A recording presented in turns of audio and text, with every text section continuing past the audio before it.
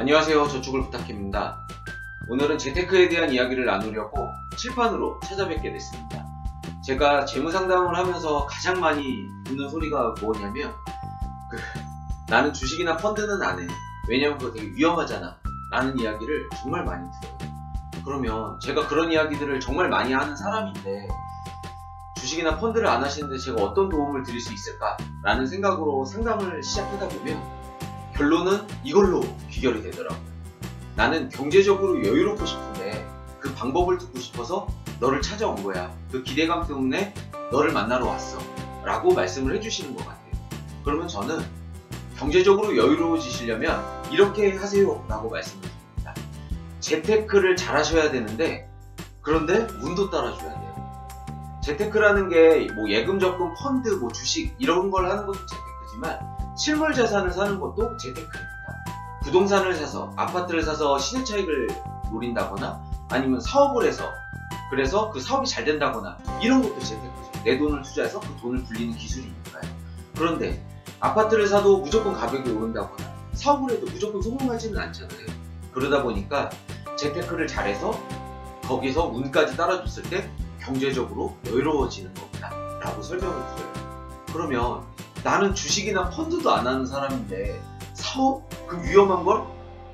그거는 원금도 까먹고 빚쟁이도 될 수도 있는 거잖아요. 사업이 말아먹게 되고 이렇게 돼버리면. 그런 위험을 감수하지 않고 부자가 되는 방법은 없어? 라고 물어보시죠.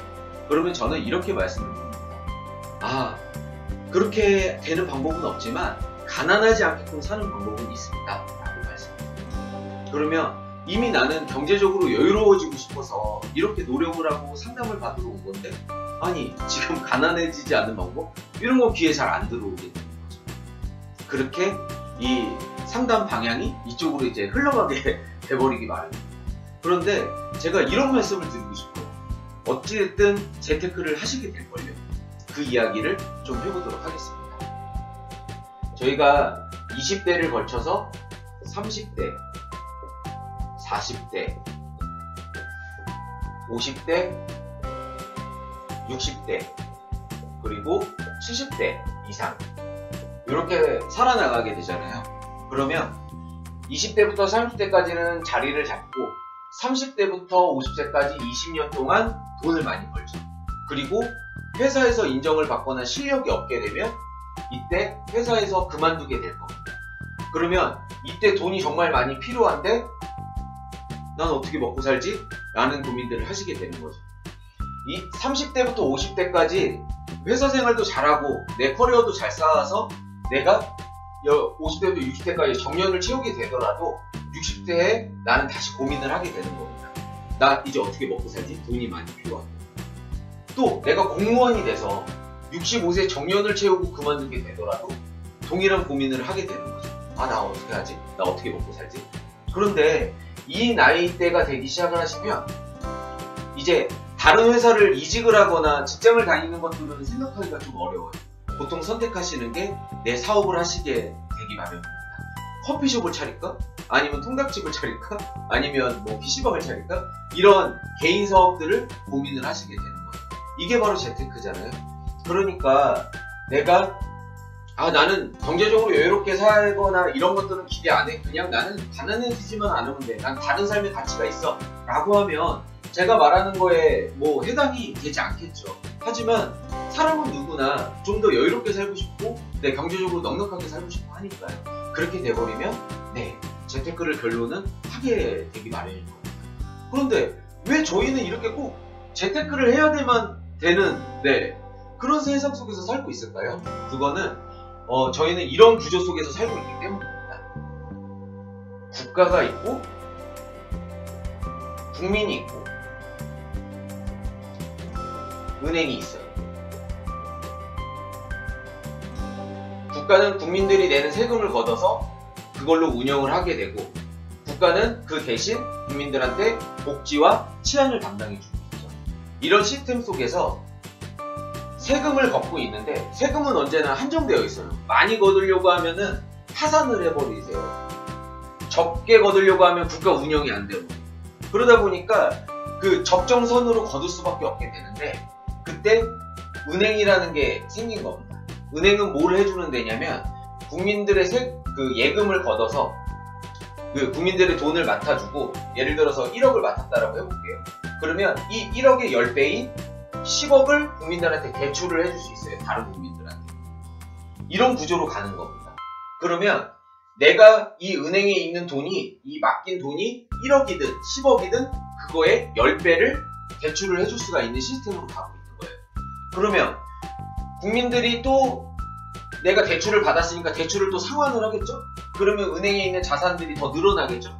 그 늘어난 거에 10배를 다시 또 대출을 해주고, 또 국민들이 또 돈을 맡기고, 그 돈의 또 10배인 또 대출을 해주고, 이런 구조로 가다 보니까 이 시중에는 돈이 계속 풀리는 겁니다.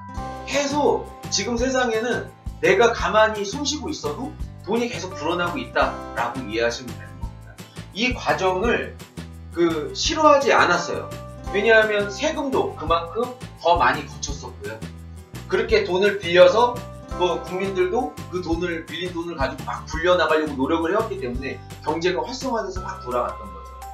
이 구조가 지금 현재도 유지되고 있기 때문에 저희는 지금 이런 세상 속에서 살고 있는 겁니다. 다만 국가는 은행이 돈을 푸는 그 과정을 개입을 해서 좀 많이 풀거나 좀 덜 풀거나 이런 조정만 할 뿐이지, 어찌됐든 결론은 돈은 계속 불어나고 있는 거죠. 이런 시스템에서 살고 있다 보니까 내가 갖고 있는 돈이 아무리 많이 갖고 있다고 하더라도 그게 10년 뒤, 20년 뒤, 50년 뒤, 100년 뒤 이렇게 돼버리면 100년 뒤 하면 뭐 지금 내가 갖고 있는 돈이 지금은 많은 돈이지만 나중에는 별 볼일 없는 돈이 돼버리잖아요.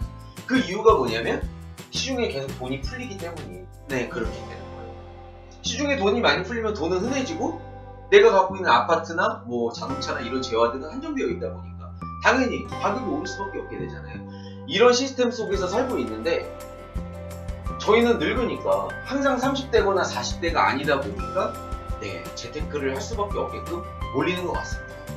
그래도 저희는 세금을 냈기 때문에 복지라는 게 있어요. 그래서 이 복지 부분들을 잘 알고 다루면 가난하지 않게끔은 살 수 있는 겁니다. 그런데 저희가 여유롭게 살고 싶은 거잖아요. 그러다 보니까 이런 시스템을 이해하고 여기 환경에 적응했을 때 경제적으로 여유로워질 수가 있게 되는 거죠.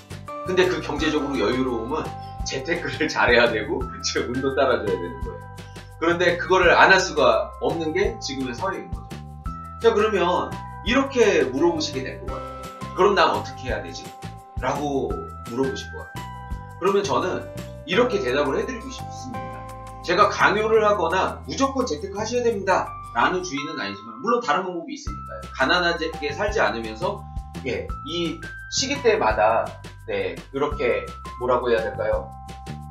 내 가치를 누리면서 뭐 가족과 함께 시간을 보낸다거나 뭐 여행을 다닌다거나 이런 시간들을 보내면서 가난하지 않게 쭉 가는 방법들도 있으니까 재테크를 꼭 하시라고 강요하는 건 아니지만, 만약에 내가 경제적으로 좀 여유롭게 살고 싶고 돈이 필요할 때 그 순간에 그 돈을 쓸 수 있는 상황이 되는 것까지 하고 싶다라고 하신다면, 주식, 펀드 이런 거 위험해, 그러니까 안 해, 그럴 수 있는 세상이 아니죠.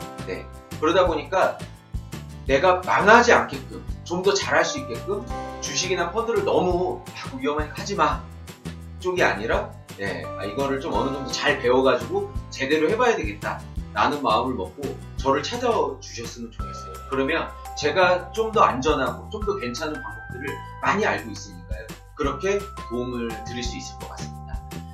오늘 영상은 이것으로 마치도록 하겠습니다. 감사합니다.